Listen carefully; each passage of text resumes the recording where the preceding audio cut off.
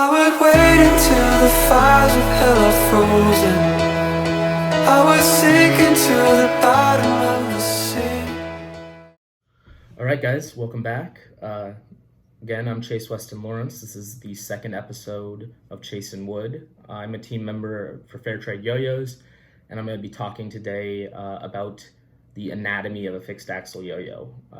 So when I first started fixed axle yo-yoing earlier this month, I realized that there was a lot more to it than simply two pieces of wood with a dowel connecting them, and that fixed axle yo-yos had become a lot more complex since they started. So I'm going to go over the different elements of it for you and kind of talk to you about what I found out as I was doing my research. So yeah, let's get into it. Okay, so first thing I'm going to talk about isn't actually the yo-yo itself. I'm going to talk about the string. Most people nowadays are familiar with either looping or 1A yo-yoing, which is unresponsive yo-yoing with a butterfly shape. And that style of yo-yoing actually takes polyester string. It's 100% polyester most of the time. And you cannot use that for fixed axle yo-yoing because it is synthetic and it will melt when friction is added to it. So what you use for fixed axle is actually 100% cotton string. This right here is type 10. I got it off Yo-Yo Expert. Type 10 is called type 10 because it has 10 different strands of cotton thread that make it up. They also sell, I believe this is type 8 cotton string, and it's dyed. It's a little bit rougher, a little more coarse, but not a bad string overall. They also make type 6 string, but most people stay away from that because the larger strings help with response, which I'm going to talk about in a minute. The last string I tried is cotton string by Zipline Strings. This is 100% cotton string, but it's really well made. You wear it all yo-yo string when you're doing fixed axle yo-yoing has to be worn in and frayed a little bit in order for it to get the right response. This stuff wears in quickly. It lasts a long time. It is a little spendier. It is $6 for a pack of 3, so that's about $2 a string. However, it does help with yo-yos that are lighter because the smoothness of this string compared to type 10 will help your spin times a little bit. So yeah, if you get the chance, pick some of this up. It's great. It's worth trying. They do make a 50-50 string that's 50% polyester and 50% cotton, not Zipline in particular, just in general. And that is often used with some responsive yo-yos like these, the Tom Coon Silver Bullet, because it does add a little bit of response. It can be used on fixed axle yo-yos, but it does wear out faster because of the polyester. So I've tended to stay away from it. But yeah, that is string. All right, let's talk about the shape of a fixed axle yo-yo. So in general, there are two main families of shape. There's butterfly and there's imperial. Imperial has the rounded edges on the outside. Butterfly has, the butterfly shape, the two kind of triangles going into the middle. These are both Tom Coon no jives, but they are in different configurations. They can be flipped so that either one is the same shape as the other, but I just have two different versions. Now, beyond that, you have a lot of different shapes within the butterfly style. You have, this is what I'd call a traditional butterfly, but it's still a decent high wall. If you notice there in the middle, while one like this, the 2019 by Timber and Ed Hapnick, it's a wider butterfly shape. Then you have the Pocket, which is the 2020 and you can see this one's a high wall as well, even though it does maintain that butterfly shape. And the advantage of some of these high walls is going to help you if you're looping with it a little bit, doing things like shoot the moon. It also helps on regenerations, keeping the yo-yo straight because it's more in contact with the wall as it goes out than it is when you use one of the wider yo-yos. So different shapes have different advantages, but it comes down to preference in the end, really.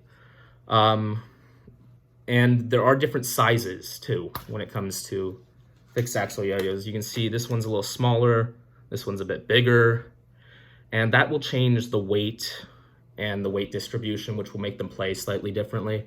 And again, that comes down to kind of personal preference. So give as many as you can a try, see what you like, and then go from there. All right, so now let's talk about axles. Fixed axle yo-yos traditionally were two walls with a wooden dowel going between them, and you couldn't take them apart. It was basically, once it was glued, it was one solid piece of wood. Fallen 44 yo-yos maintain that original concept and just use a wooden dowel in the middle. However, other yo-yo companies started making new advancements with how they did their axles. The Tom Kuhn No Jive has a hex nut on each end, and then in the middle it's got a metal axle. That metal axle has a little wooden axle sleeve that goes over it, and when you tighten these two halves together, it actually holds that axle sleeve in place.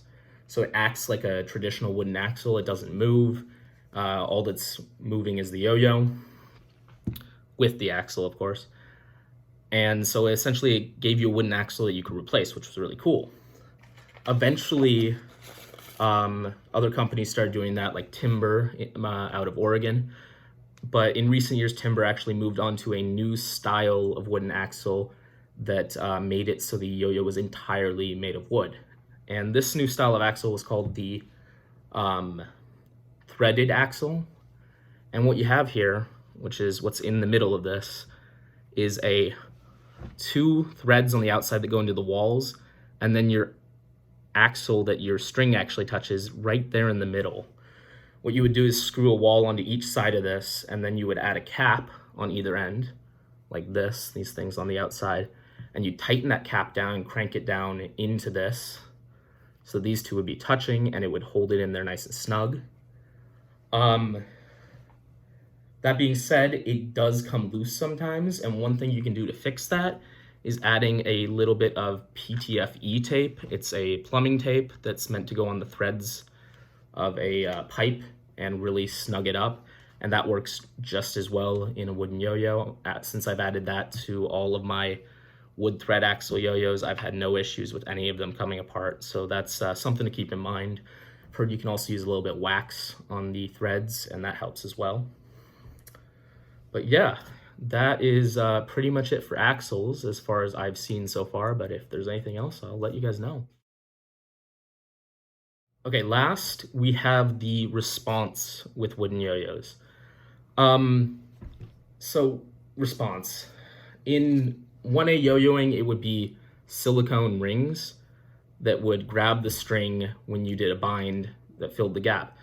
Wooden yo-yos don't have silicone response. What they have is the friction caused by the axle winding it up a little bit, and then the string trapping between the two walls. With the Tom Kuhn No Jives, when you turn the engraving inward, it actually adds a little bit of response just because it's a rougher surface. So that's kind of nice.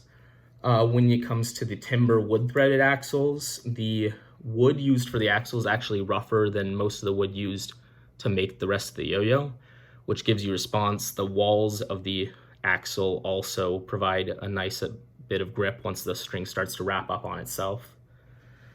Then you got yo-yos like the Fallen 44. If you can see in there, there is a spiral coming outward, a groove from the center axle, and that is doing the same thing as the engraving on the No Jive. It just adds a little bit of friction and roughness that will help grab the string once it starts winding up.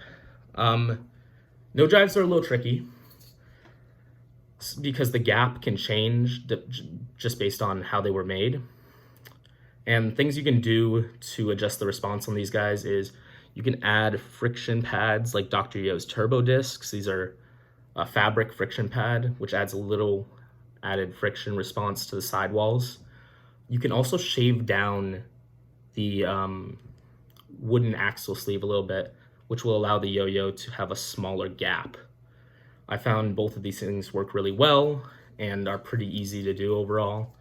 One last thing you can do is add a bit of chapstick that contains beeswax, like Burt's Bees, to the loop at the end of your string, and that will add a little bit of response as well. But yeah, that's pretty much what I've learned about the anatomy of fixed axle yo-yos. My preference personally is the high wall because I love regens and shoot the moon, that those kinds of things that need the yo-yo to stay straight. And so I've stuck mainly with high wall fixed axle yo-yos, but you know, it's a personal preference. I'd suggest them when you're learning out too, when you're learning, because it also makes you really focus on landing your tricks. They're thinner. High walls tend to be more slimline shaped, like these guys. And it's going to make you really focus on being precise, which is kind of cool. All right, so that's the end for this episode, guys. And I will be back in the next one talking about the 4 basic elements that I found to be important when starting fixed axle yo-yoing. So I hope you have a great night, and peace.